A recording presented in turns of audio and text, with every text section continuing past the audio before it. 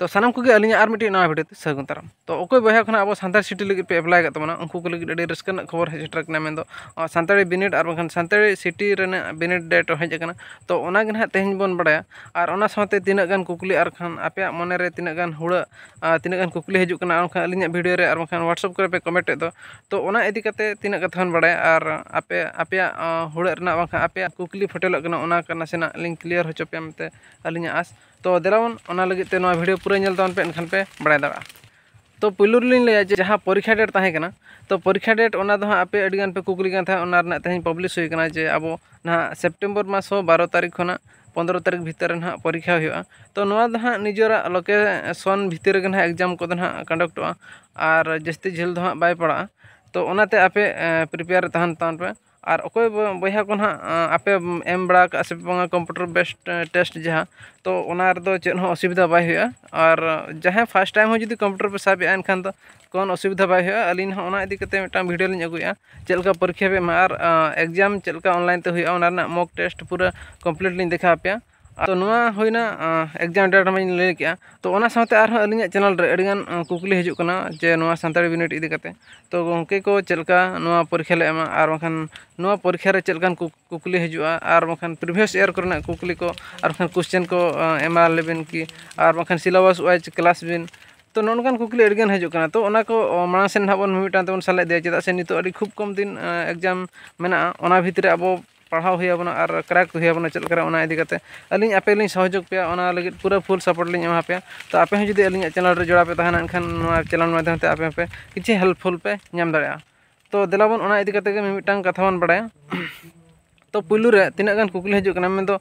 नोना ना सानताड़ी सिटी और बखन सानताड़ी एग्जाम हुई कान तो नोना दो चलका परीक्षा दबन एमा तो नोना गना पुलु क्वेश्चन दो तो नुआ दो ना अब बन नेल गया जहाँ तीना जनरल गिद्रा को एप्लाई का तो उनको को ना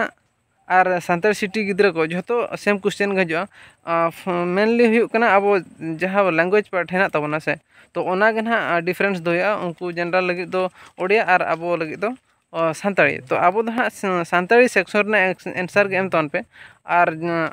अदर सब्जेक्ट जहाँ मैथ हुई इंग्लिश हुई साइंस हुई जोग्राफी हुई और जनरल नॉलेज हुई ओना को तो जो हर लगे सेम गया ओना को जो एंसर एम तान पे और ओडिया पार्ट रे ना एंसर दो आलोपे एमा तो निया धा दो चलका जुदी ना कंप्यूटर बेस एग्जाम खान दो पाले ओडिया सेक्शन दो क्वेश्चन बै हजूँ एनखान बै हेज लेनखान अड़ी भागी कथा तो ओना अड़ी नपाया तो एनखान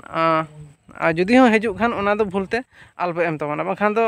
आपे ना माइनस मार्क हुई तपे तो ओना पे बड़ा गया माइनस मार्क ना दो हुई कना तो ओना साथे आर टिक कथा लिया जुदी हाँ अब ना सानताड़ी ते हेज एनगे एनखान तीना गान कंप्यूटर अब ऑलचिकी बाय सपोर्टा तो नोना चलका हजूआ चलका देखान आपे ओना सानताड़ी ते पढ़ाव दड़ा और पढ़ाव कते बुझाव दड़ा तो ओना इदी कते आर मिट्टी वीडियो अगू कते हिजुक कना ओना कंप्लीटली देखा पे और प्रीवियस ईयर रे ओनकान असुविधा हुई लेन था तो चलकान असुविधा हुई लेना ओना इदी कते हाँ अली लिंग लैया पे तो ओना दो हाँ जोड़ा रे तहन पे तापर और इन साथे चलकान क्वेश्चन हजूक कना प्रीवियस ईयर क्वेश्चन हाँ अलिंग हाँ लिंग देखा पे मिनटा तो ओना साथे और सिलेबस वाइज